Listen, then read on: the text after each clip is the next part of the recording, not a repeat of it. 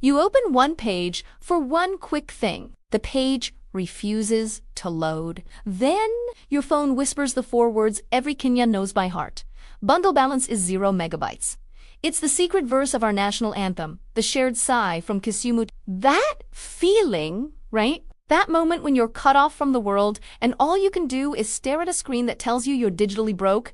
And so begins the ritual, the window dance. You stand up, phone in hand, and start moving around the room. You're not just pacing, you're on a sacred quest, seeking that one blessed corner where the network flows like blessings from the peaks of Mount Kenya. You raise the phone to the heavens, holding it up like a sacrifice to the network gods. You stretch, you crane your neck, you might even stand on a chair. One bar appears, then beneath. The signal teases you, a digital ghost promising connection but delivering only frustration. Now for the moment of truth.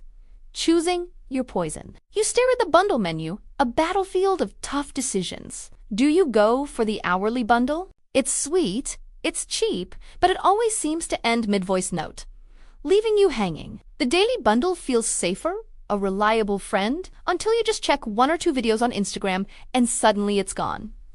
Then there's the weekly option. It sounds wise, responsible even. But then your cousin visits, hits you with that NIP hotspot, and proceeds to drink your data like a tall glass of juice on a hot day. Each choice is a gamble, a bet against your own self-control and the data-thirsty world around you. But where does all that data actually go? You bought a weekly bundle 2 days ago, and it's already finished. It feels like a mystery, a conspiracy. Well, let's look at the suspects. First, those HD status videos from friends who think they're award-winning film directors. Each 30-second masterpiece consumes more data than you think. Then, there are the silent assassins, the auto-updates that wake up at 3 a.m. to download a gigabyte of changes you'll never notice. And let's not forget the cloud backups, sneaking your photos and files away like thieves in the night. It wasn't that 1 hour you spent scrolling on TikTok. Okay, fine. Maybe it was also that.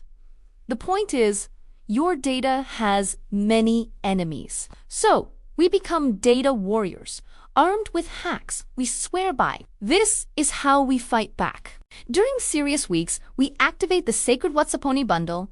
It's like putting your digital life on a diet. We learn to think ahead, downloading lessons or series on free Wi-Fi to watch later on the matatu ride home. We go into our settings and turn off autoplay on every single app. We set data limits and app timers, little digital guards that tell us when we've had enough. We stop blaming the network providers and start taking control. It's not about being stingy. It's about being smart. When our own bundles fail us, we become public Wi-Fi and we develop a sixth sense for spotting a free Wi-Fi sign. We walk into a cafe, scan the room, and ask the million-dollar question password Nigani. You learn to smile. Order the cheapest tea or soda on the menu, and then strategically position yourself as close to the router as possible.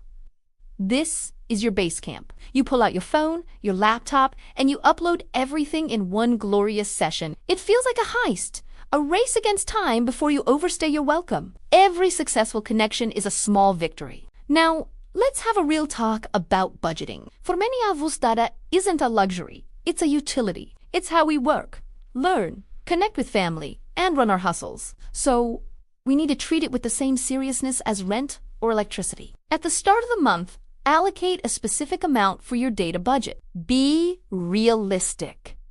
Forgive yourself if you go over, but don't fall into the trap of pretending 50 bob will magically last you an entire week. It won't.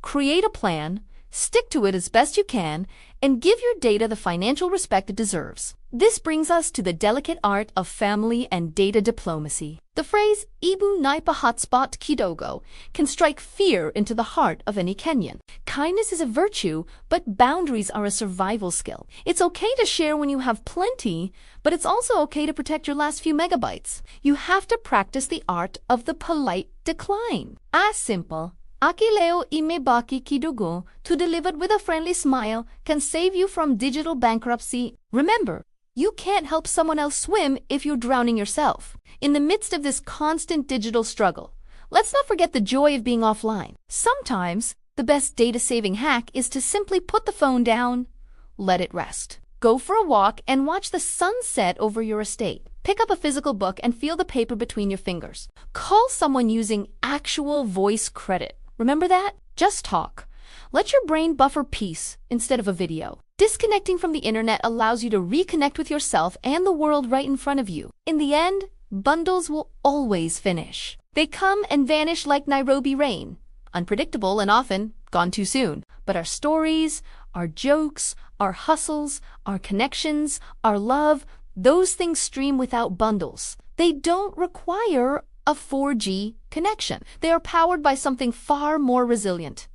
The Kenyan spirit. If any part of this story felt familiar, if you saw yourself in the window dance or the hotspot negotiation, then you're in the right place. Hit that subscribe button to join our community. And please, drop your funniest or most creative bundle-saving hack in the comments below. We'll feature the best ones in our next video. Thanks for watching, and see you next time.